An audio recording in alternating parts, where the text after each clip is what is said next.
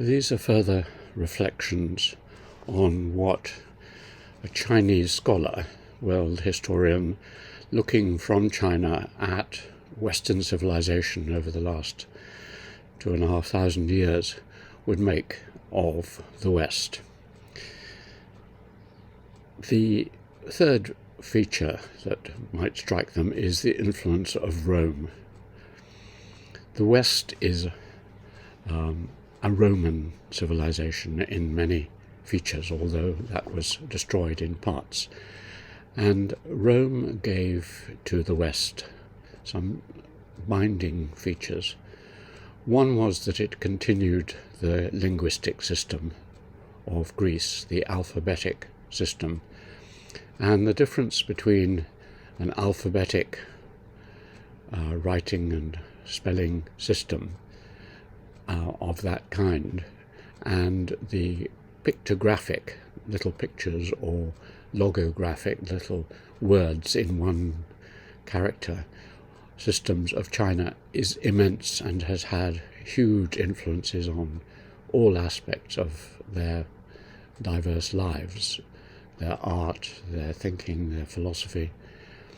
And the alphabetic systems where you have random little scribbles, A, B, C, which have no meanings in themselves except when combined with other ones, that became widespread, and Roman, the language, became the language of the Roman Empire. And although Germanic is another form of language, and the Slavic languages, they are all heirs to that great revolution towards an abstract language system. And so the thought systems of China are very much influenced by the fact that there is no separation between the eye and the ear. That is to say, when you draw these little pictures, originally pictures of objects, but now much more stylized, then your eye is attracted to the pattern of them. They are little paintings. And so a word in Chinese is a painting, but it also has a sound and a meaning. So you are regarding it in two ways. So the Chinese language is extremely powerful, and as a feature of unifying China through the centuries, it was the Mandarin, the standard language, which everyone had to learn something of, which unified China. In Western thought and ideas, the language and the eye became increasingly differentiated, and that was taken to its extreme during the Renaissance. As Leonardo put it, the ear and poetry is blind, the eye and painting is deaf. And that is a vast difference, and it stems from Greece, obviously, and before, but is maintained in Rome. A second feature of Rome is its huge emphasis on law. Roman law is famous, and it developed through the centuries, ending up in a very centralized imperial legal system, the Justinian law codes. But much of the West has been determined by the fact that it is a very law-based civilization. Law is incredibly important. And on top of the Roman legacy of the importance of law came the Germanic emphasis too, because the Germans, as Tacitus described, were very interested in law and justice.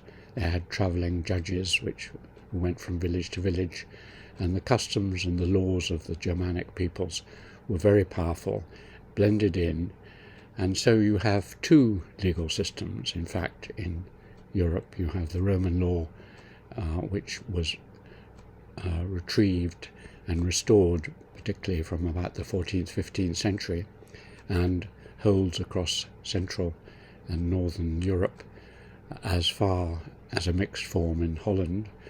And then you have the Germanic law of England, which was taken to America. Now, when you compare that to China, China has had a very simple legal system, very punitive, very restricted development of other forms of law like civil law, property law, cases between individuals in courts. And so China is not lawless as heavy presence of law, but it is a very punitive, simple system, whereas, as Max Weber and others pointed out, the legal systems that developed in Europe, particularly Germanic law, were very subtle and complex, particularly in relation to property law. And Weber said that much of capitalism, its ideas of mortgages and its concepts of private property and its concept of how the market works, which are enshrined in different aspects of its law, are the basis, one of the 3 or 4 bases of modern capitalism.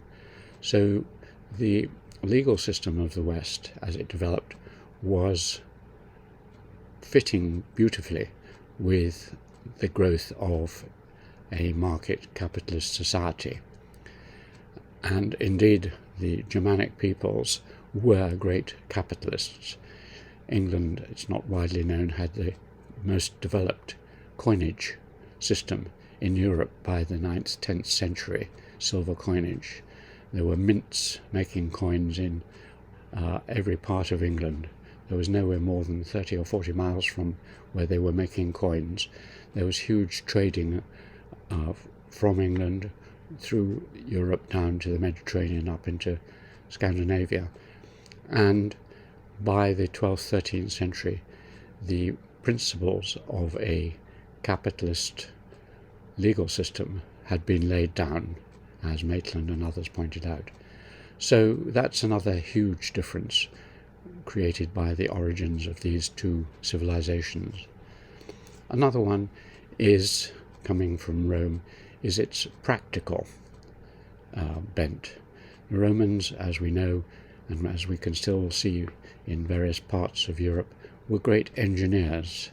They made viaducts, they made roads, they made towns and cities, and they were very practically oriented. The Greeks were great theoreticians in mathematics. The Romans were practical mathematicians and engineers. And that practical bent has continued. The love of harnessing and making nature work. And so that is not entirely different from the tradition of China, which also has a very practical bent, and of course the greatest engineers in relation to water control and building of great walls and highways in many ways were the Chinese, but certainly the Romans emphasized that. Another feature which comes from Rome is its imperial political system. Rome started as a republic, but quite soon it developed into an empire with one ruler who was supreme and governed the whole place. So you had a top-down imperial model of governance, which in some ways is not entirely different from the Chinese system. But on top of that was grafted during the great period of disturbances after the fall of the Roman Empire. You have half a millennium of what we call feudalism. That is a system whereby you no longer have a single powerful ruler at the center, but everyone who is a chief and conquers different countries gives out some of their power to their subordinates to the nobility and others, who then give out some of their power. And so you get a nested structure down like this, with power delegated down and down and down through the system. And that is the feudal system.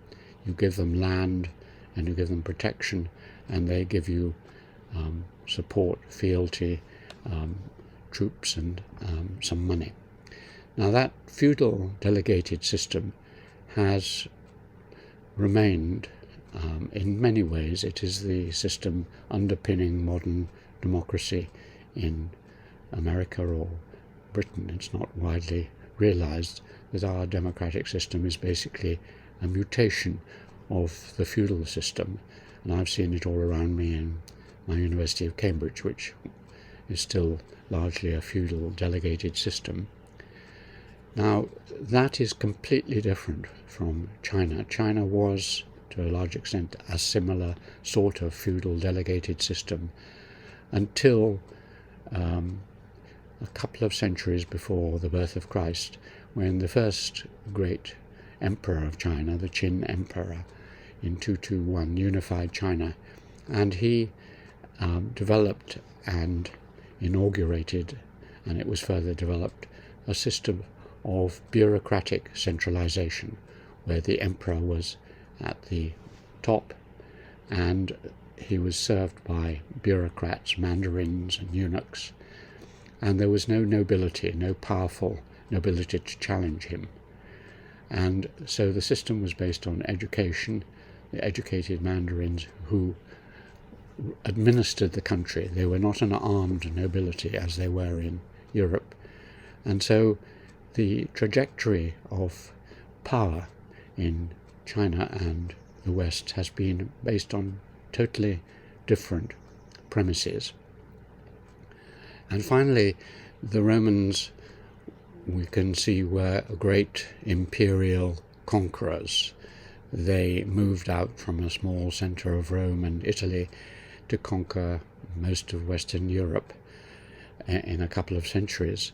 And this outward expansion of territorial empire building, which you find in Rome, has continued. It was continued to a certain extent by Constantine in the after the fall of Rome, and then it was a feature of the various kingdoms that emerged in the 15th, 16th century, particularly, obviously, Spain, and then later France. And so imperialism of a land-conquering kind is a feature of Western Europe.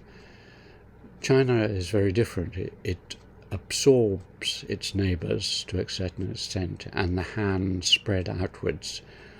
But it has not had this idea of making vast land empires and seizing more and more. So though it fought with its neighbours, like Vietnam and Japan and Burma and so on, it was only really in the 18th century with the Qin that very large parts of the Western China were finally absorbed. And this was always done to prevent them from falling to nomadic predators who were on their gates. So China is not the same kind.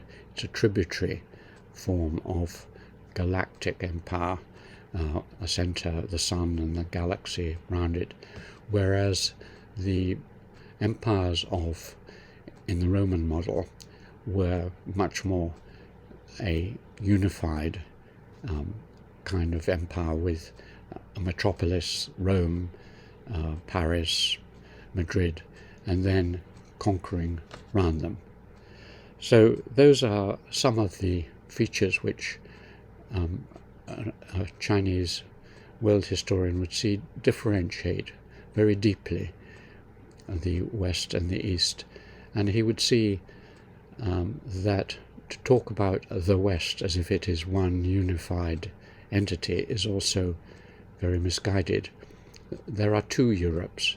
There's the Roman Europe, after the revival of Roman law and politics in the 14th century, and then there is the Germanic Anglo-Saxon Europe of, to a certain extent, Scandinavia, certainly Britain, America. So there are what I call the Eurosphere and the Anglosphere. And Europe, finally, is hugely divided between those two spheres, and also internally, because what might shock a Chinese is the huge emphasis on the nation and the nation state, nationalism.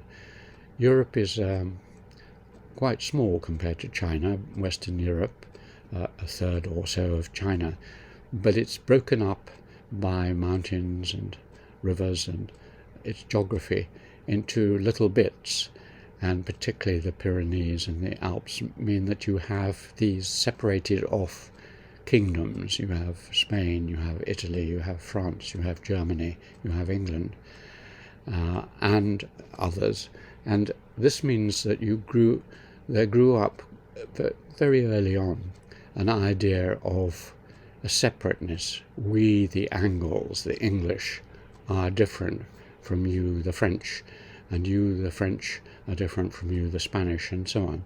So the growth of competitive, warlike nationalism, starting as states and then turning into national entities, some of them very late in the 19th century, but certainly state competition between powerful, militarily competitive states is a feature of European history from very early on. And then looking at China, it's very, very different.